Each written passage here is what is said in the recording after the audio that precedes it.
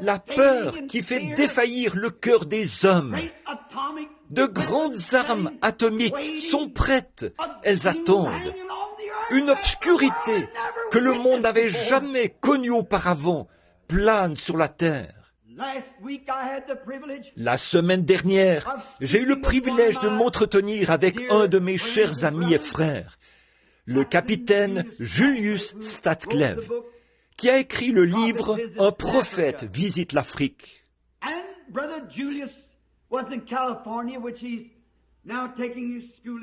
Frère Julius était en Californie, où il est en train d'étudier pour devenir major dans l'armée. Et les militaires l'ont emmené pour un long interrogatoire.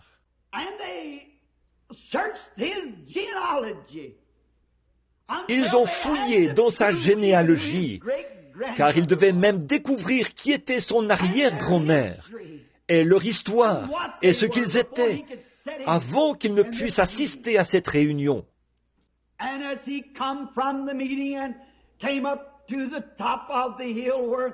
Et alors qu'il revenait de cette réunion, il était monté au sommet de la colline où nous logions avec des amis. Il est venu me rencontrer sous un genêt là-bas. Et il a dit, « Frère Branham, c'est la chose la plus inquiétante que vous ayez jamais entendue. » Il a dit, « Je suis sous serment, si bien que je ne peux absolument rien dire, ni divulguer une quelconque information. » Il a dit, « Parce que ils nous ont fait prêter serment solennellement. » Mais il a dit, « Je peux dire ceci. L'armée va cesser d'exister. Ils n'auront plus d'armée, plus que quelques gardes ici ou là. Ils n'auront plus d'aviation.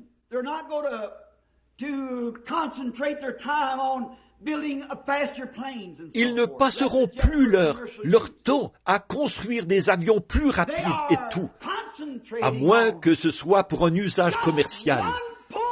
Ils se concentrent sur le fait de n'avoir qu'à appuyer sur la gâchette une seule fois. Il se produira un anéantissement total. Il a dit, « Frère Branham, le public ne connaît pas tous ces secrets militaires. » Il a dit, alors que ses officiers supérieurs parlaient dans la salle, il a dit, « Un terrible nuage noir a recouvert la salle, au point que l'un de leurs principaux experts scientifiques s'est levé et a dit, « Je souhaiterais pouvoir prendre un vieux chariot et une vache et retourner derrière les montagnes et me planter un champ de choux et de haricots et oublier tout ça. » Oh, il a dit, si cette information se répandait dans le public, le monde entier paniquerait. Le danger approche.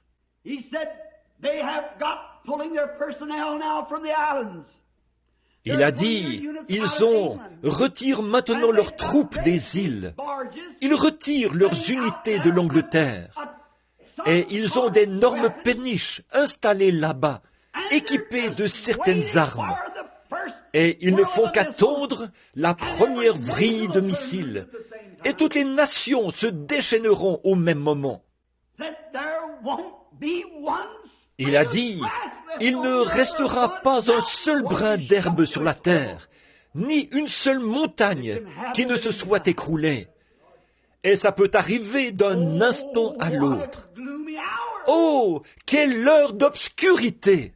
Et toutes ces choses que vous entendez au sujet des soucoupes volantes,